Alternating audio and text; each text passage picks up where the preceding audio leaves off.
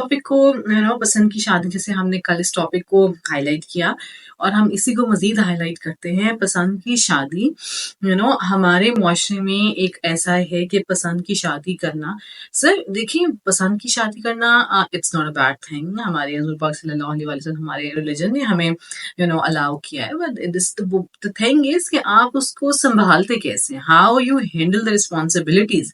Love marriage doesn't mean that once you get married and you're like out of all responsibilities, and you're just hands free, and you just need to you just stuck one person for yourself, fix one person for yourself, and now you just get free. This is not something. Love marriage ये नहीं है। Love marriage में चूंकि divorce rate बहुत ज़्यादा है, इसलिए इसमें बहुत ज़्यादा गाइडेंस की, अरेंज मैरिज में भी और लव मैरिज में भी।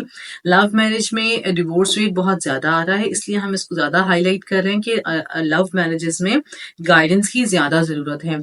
और मैं हमेशा उन कपल्स को ये कहती हूँ कि आप प्लीज़ अपना इलाज करवाएं, go to the psychologist, go to someone who expert about, and the nearby person whoever is, talk to them. Do not involve the family members or the parents or the friends into it. Always go to an expert, because देखिए expert को आपके पास, you can go to someone that you don't know, कोई expert, बेशक आप near by expert के नहीं जा रहे, you want to go to the person like आप कुछ बिल्कुल ना जाने, maybe it's in another city, कहीं पे भी हो सकता है।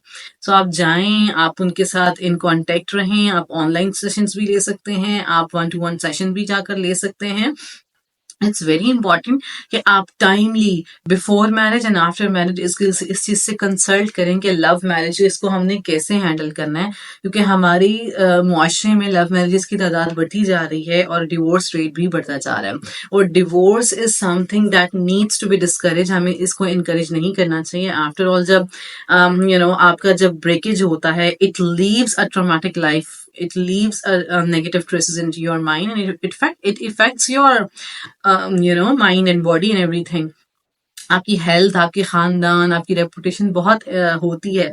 But still these days people are considering normal, लेकिन नॉर्मल आप तब बनाएं when you go to someone, to expert, आप उसके पास जाएं, अपनी थेरेपी करवाएं, देन इट गेट्स नॉर्मल।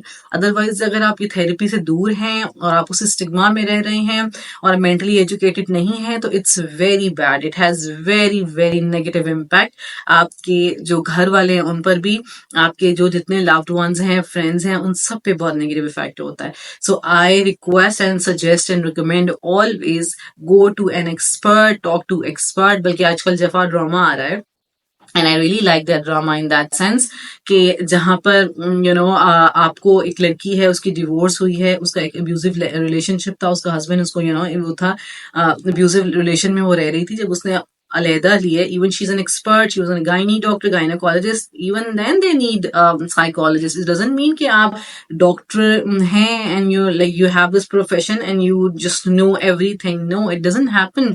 ये हमेशा से नहीं होता, हर इंसान को एक्सपर्ट की जरूरत है। So I recommend and suggest every person to go to talk to an expert. आप अपनी सोल्यूशंस को निकालें, बजाय इसके कि फैमिली मेंबर्स को इन्वॉल्व करें, बजाय इसके कि फ्रेंड्स को इन्वॉल्व करें। जो एक बायसनेस उसमें आ जाती है, जो एक्सपर्ट होगा वो कभी भी बायस नहीं होगा, बिकॉज जो एक्सपर्ट है, जो प्रोफेशनल है, उसको आपकी ब्लड रिलेशन से, आपकी फैमिली से कुछ लेन देन नहीं है।